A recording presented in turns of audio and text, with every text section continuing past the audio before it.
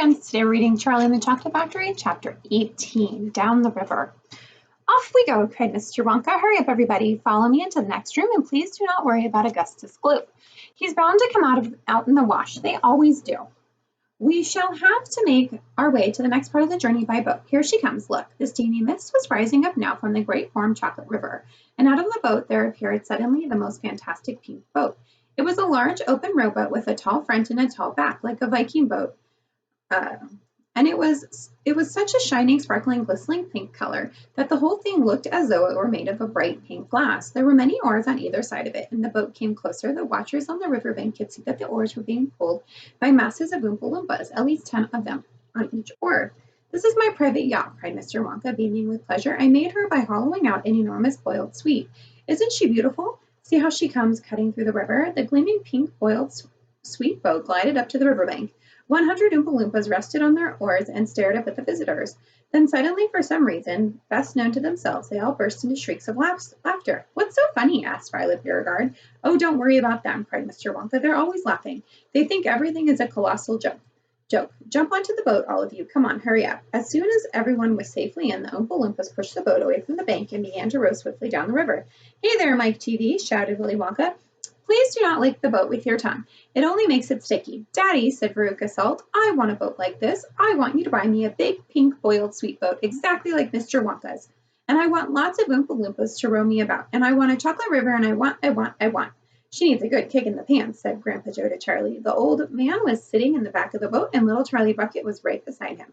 Charlie was holding tightly onto his grandfather's bony old hand. He was in a whirl of excitement. Everything that he had seen so far, the great chocolate river, the waterfall, the huge sucking pipes, the candy meadows, the Oompa Loompas, the beautiful pink boat, and most of all, Mr. Willy Wonka himself, had been so astonishing that he began to wonder whether there could possibly be anything more astonishing left.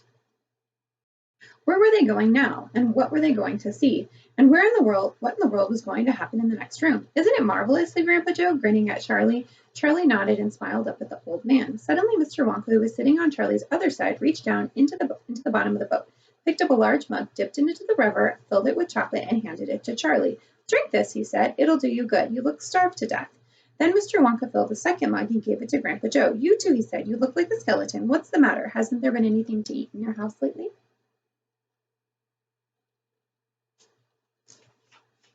"Not much," said Grandpa Joe. Charlie put the mugs to his lips, and the rich, warm, creamy chocolate ran down his throat into the empty tummy. His whole body from head to toe began to tingle with pleasure, and the feeling of intense happiness spread over him. "You like it?" said Mr. Wonka. "Oh, it's wonderful," said Charlie. "The creamiest, loveliest chocolate I've ever tasted," said Grandpa Joe, smacking his lips. "That's because it's mixed by a waterfall," Mr. Wonka told him. The boat sped on down the river. The river was getting narrower. There was some kind of dark tunnel ahead, the great round tunnel that looked like an enormous pipe, and the river was running right into the tunnel. And so was the boat. "Row on," shouted Mr. Wonka, jumping and waving his stick in the air. Full speed ahead, and with the Oompa Loompas rowing faster than ever, the boat shot into the pitch dark tunnel, and all the passengers screamed with excitement. "How can they see where we're going?" shrieked Mr. How can they see where they're going?" said Violet Beauregard in darkness. "There's no knowing where we're going," said Mr. Wonka, hooting with laughter. "He's gone off his rocker," shouted one of the fathers aghast, and the other parents joined in on the chorus of frightening screaming. "He's crazy," they shouted. "He's balmy, he's nutty, he's screwy, he's batty, he's dippy, he's dotty, he's daffy, he's goofy, he's beany, he's buggy, he's wacky, he's loony." "He is not," said Grandpa Joe. "Switch on the lights," said Mr. Wonka, and suddenly on came on the lights, and the whole tunnel was brilliantly lit up, and Charlie could see that they indeed were inside a giant pipe, with great upward curved walls on the side of the pipe, and there was pure white and spotlessly clean. The river of chocolate was flowing very fast inside the pipe, and the Oompa Loompas were all rowing like crazy, and the boat was rocking along at a ferocious pace. Mr. Wonka was jumping up and down in the back of the boat and calling for the rowers to row faster and faster. He seemed to love the sensation of whirling through the white tunnel in the pink boat on the chocolate river, and he clapped his hands and laughed and kept glancing at his passengers to see if they were enjoying it as much as he was. "Look, Grandpa," said Charlie, there's a door on the wall." It was a green door, and it was set in the wall on the tunnel just above the level of the river. As they flashed past it, there was just enough time to read the writing on the door. "Storeroom number 54.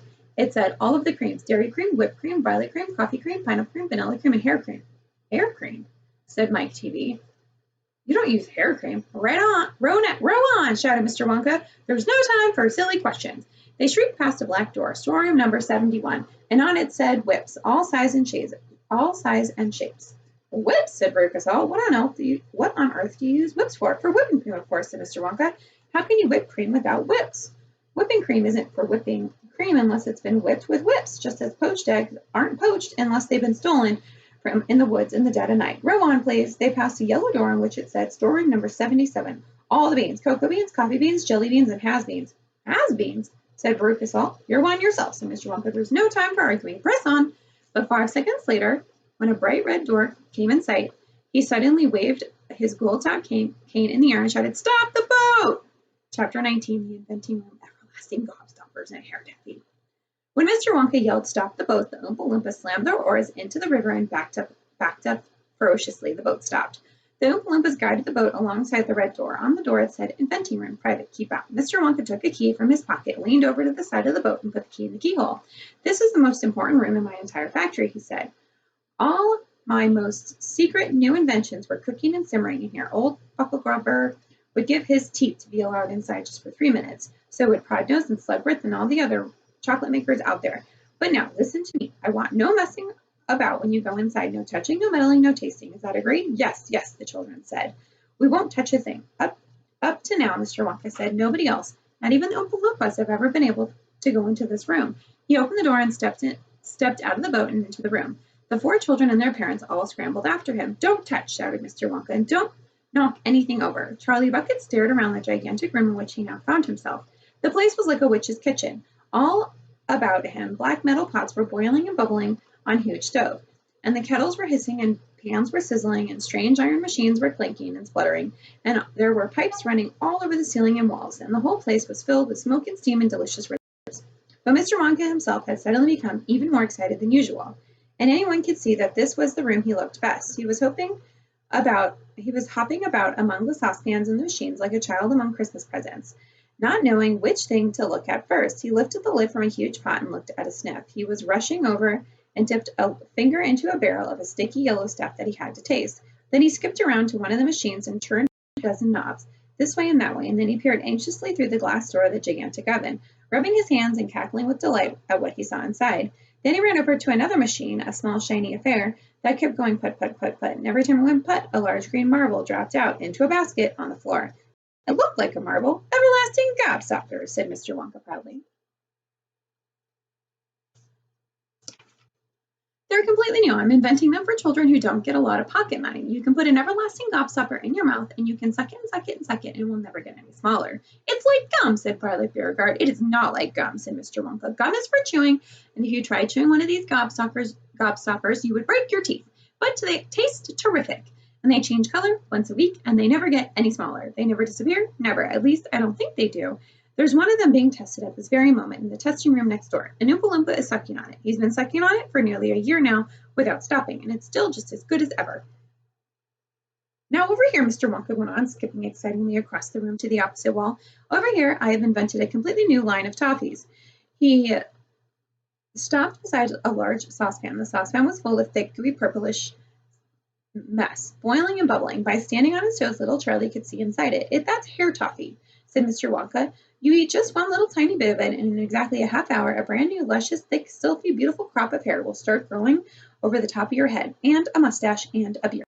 "A beard?" said Veruca. "Who wants a beard?"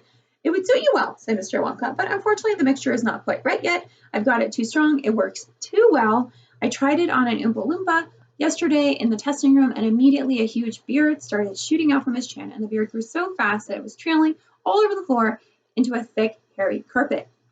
It was growing faster than we cut it. In the end, we used a lawnmower to keep it from getting too big. I'll get the mixture right soon, and when I do, then there'll be no excuse for any more little girls or boys going bald." "But Mr. Wonka," said Mike Teavee, "little boys and girls never go bald." "Don't argue with me, please. Don't argue," cried Mr. Wonka. "It's such a waste of precious time. Now over here, if you will all step this way, I will show you something that I am truly proud of. Oh, do be careful. Please don't knock anything over. Stand back." Chapter 20, The Great Gum Machine. Bye, friends.